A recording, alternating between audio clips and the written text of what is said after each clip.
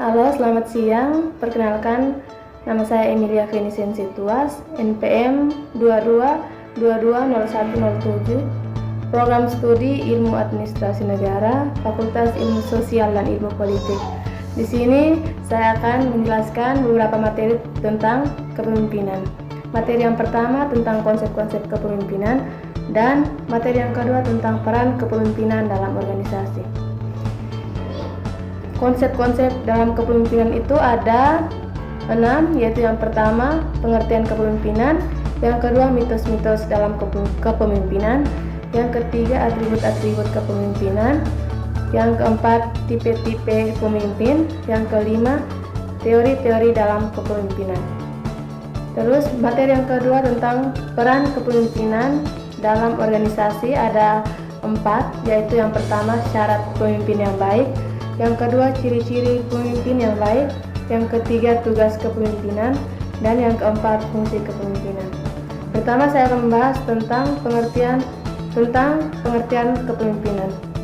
Secara etimologis, kepemimpinan berasal dari kata dasar pimpin atau lead yang berarti membimbing atau tuntun. Setelah ditambah awalan PE menjadi pemimpin atau leader, artinya orang yang mempengaruhi pihak lain.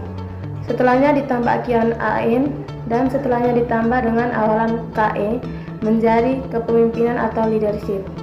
Jadi kepemimpinan adalah kemampuan atau kesiapan yang dimiliki seseorang untuk mendorong, mempengaruhi, memotivasi, dan mengarahkan orang lain menuju pencapaian tujuan tertentu. Menurut Stockwell, kepemimpinan merupakan 1. Suatu seni untuk menciptakan kesesuaian paham, 2. Suatu bentuk persuasi dan inspirasi, 3. Suatu kepribadian yang mempunyai pengaruh, 4.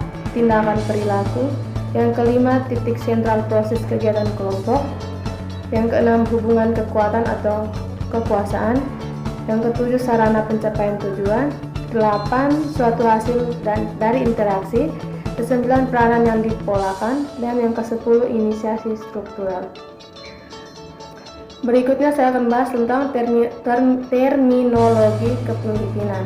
Terminologi kepemimpinan ada 6, yaitu yang pertama administrasi, yang kedua organisasi, yang ketiga manajemen, yang keempat pemimpin atau kepemimpinan, yang kelima pengambilan keputusan, dan yang keenam human relation. Jadi kesimpulan dari pengertian kepemimpinan yaitu yang pertama ada orang yang memimpin atau mempengaruhi, yang kedua ada orang yang dipengaruhi atau pengikut atau bawahan atau kelompok yang mau dikendalikan, dan yang ketiga adanya kegiatan tertentu.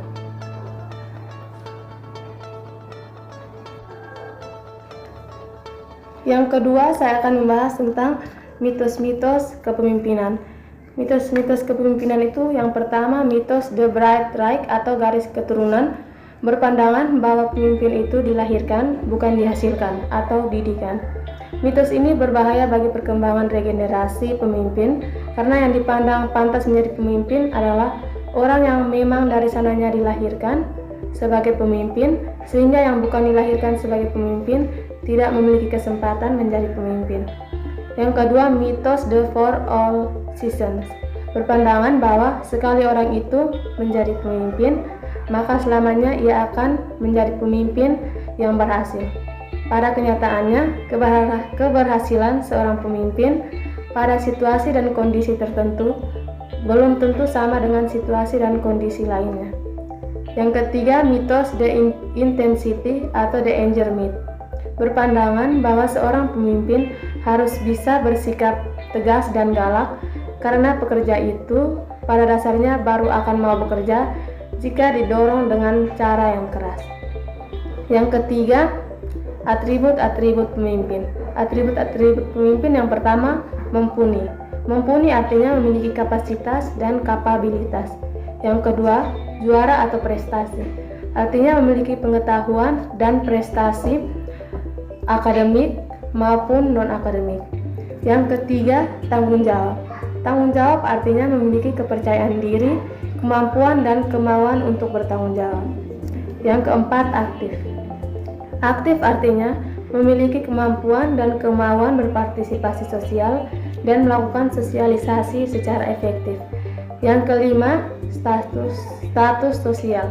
Status sosial, walaupun tidak harus, sebaiknya seorang pemimpin harus memiliki status sosial atau ekonomi yang lebih tinggi dibanding orang-orang yang dipimpinnya.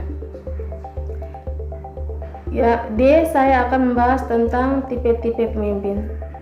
Pandangan awal menurut Plato dalam bukunya De Republik, tipe-tipe pemimpin ada 3, yaitu yang pertama, the philosopher statesman. Pemimpin dibutuhkan untuk menjalankan pemerintahan secara cerdas dan bijaksana. Yang kedua,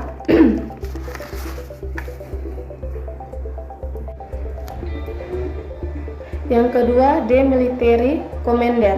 Artinya pemimpin dibutuhkan untuk mempertahankan negara dan melakukan penyerangan jika diperlukan. Yang ketiga, the businessman. Pemimpin tipe ini dibutuhkan untuk menyediakan dan memenuhi kebutuhan dasar rakyat atau warga negara. Berikutnya saya akan menjelaskan tentang tipe-tipe pemimpin. Tipe pemimpin yang pertama itu tipe pemimpin berdasarkan sosio-psikologis. Tipe pemimpin ini dibagi menjadi 4, yaitu pemimpin kelompok atau leader of crowd. Yang kedua, pemimpin siswa atau mahasiswa atau student leaders. Yang ketiga, pemimpin publik atau public leaders. Dan yang keempat, pemimpin perempuan atau women leaders. Yang kedua, tipe pemimpin berdasarkan kepribadian dibagi menjadi 3, yaitu pemimpin ekstrovert atau pribadi yang terbuka, aktif dan responsif. Yang kedua, pemimpin introvert atau pribadi yang tertutup dan lebih mudah mandiri. Yang ketiga, pemimpin ambivert atau bisa condong ke sisi ekstrovert atau introvert, tergantung pada situasi yang dihadapi. Yang ketiga, tipe pemimpin berdasarkan gaya ada 8, yaitu yang pertama, deserter. Deserter adalah tipe gaya kepemimpinan lebih cenderung untuk mengabaikan keterlibatan ataupun intervensi yang dapat menjadikan sebuah situasi yang dianggapnya rumit. Yang kedua, missionary. Tipe ini berupaya mendorong sebuah situasi positif, kepedulian pada sesama yang seringkali dianggap penting untuk meningkatkan produktivitas kerja. Yang ketiga, autokratik. Tipe gaya ini cenderung lebih perhatian kepada mereka yang memiliki produktivitas dan hasil. Yang keempat, compromiser. Gaya ini memiliki ciri mengandalkan tugas dan juga relasi yang seimbang. Yang kelima, bureaukratik.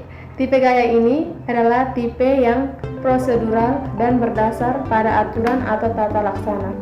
Yang keenam, developer. Tipe gaya ini merupakan orang-orang atau pemimpin yang senang untuk berbagi pengetahuan dan juga keahlian kepada bawahannya. Yang ketujuh, benevolent autokratik. Tipe gaya ini memiliki sisi pengendalian dan juga pengarahan yang komunikatif. Yang kedelapan, eksekutif. Tipe gaya ini kepemimpinan paling baik di antara gaya lainnya karena gaya ini melibatkan semua unsur keunggulan daripada semua pendekatan gaya yang ada.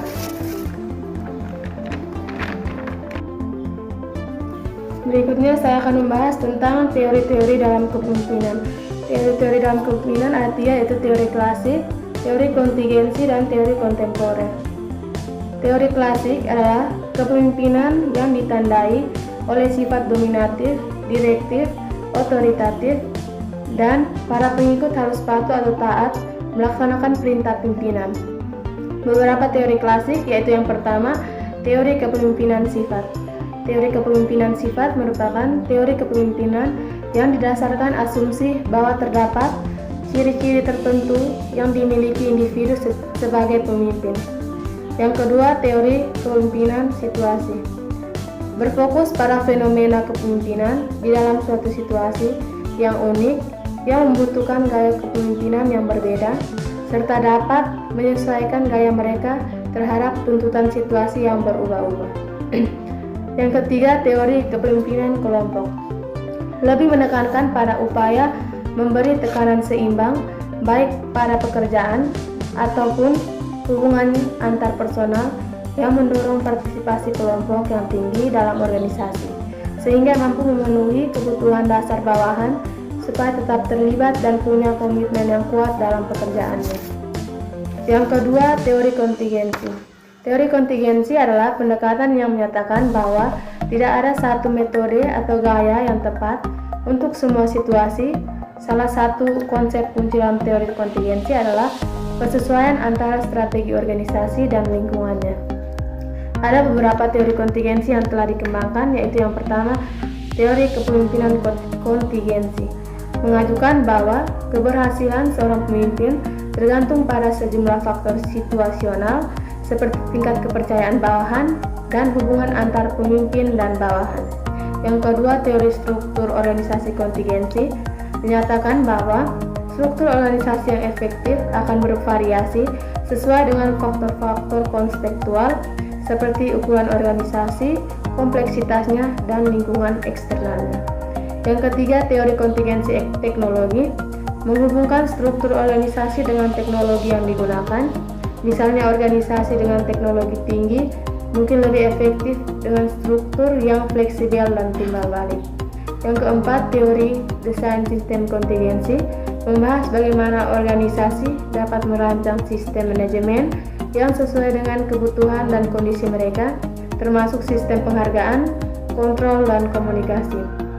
Yang ketiga, teori kontemporer.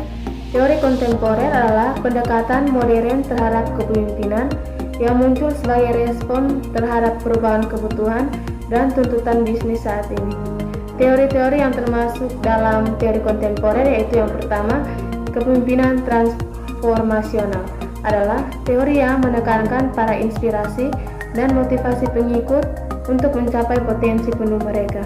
Yang kedua, kepemimpinan situasional berfokus pada mengadaptasi gaya kepemimpinan agar sesuai dengan situasi yang dihadapi.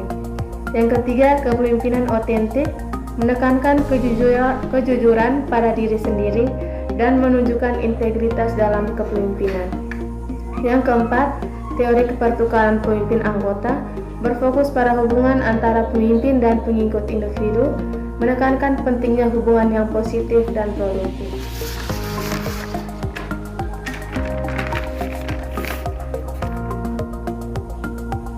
Materi yang kedua yaitu peran kepemimpinan dalam organisasi. Peran kepemimpinan dalam organisasi yang pertama, syarat.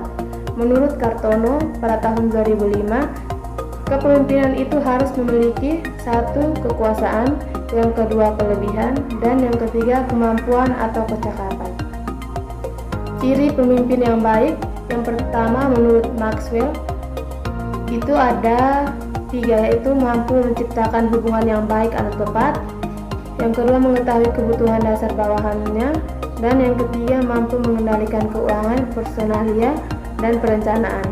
Yang kedua menurut Benis dan Townsend yaitu yang pertama pandangan tentang ambisi pribadi yang terkendali, yang kedua kemampuan inteligensi atau intelektual, yang ketiga kemampuan komunikasi, berbicara dengan jelas dan sederhana, yang keempat kemampuan untuk menjadi pelayan bagi bawahannya, yang kelima memiliki objektivitas yang tinggi, yang keenam seorang pemimpin tidak pernah mengambil penghargaan, dan yang ketujuh jangan memberikan kekuasaan kepada orang yang terlalu banyak menginginkannya. Yang ketiga menurut hasil riset Causes dan Posner, yaitu yang pertama kejujuran atau honest, yang kedua pandangan ke depan atau forward looking, yang ketiga kompeten, dan yang keempat inspirasi atau inspiring.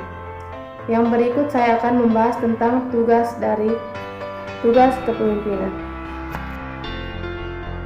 Berikutnya, tugas kepemimpinan. Pada dasarnya meliputi 2 bidang utama, yaitu pencapaian tujuan organisasi dan kekompakan orang yang dipimpinnya.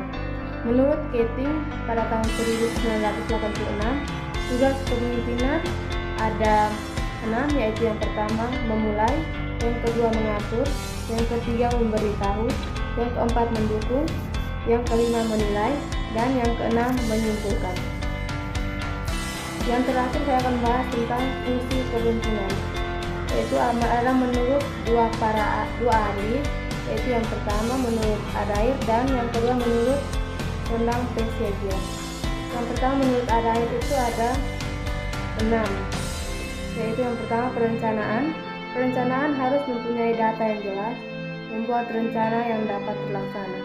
Yang kedua pemerakarsaan, yaitu memberi pengarahan tentang sasaran dan rencana, membagi tugas, dan menetapkan standar kelompok. Yang ketiga pengendalian, yaitu memelihara antar kelompok, mendorong kelompok mengambil keputusan atau tindakan. Yang keempat pendukung, yaitu memberi semangat, merukunkan perselisihan, pengakuan terhadap anggota, dan kontribusi mereka.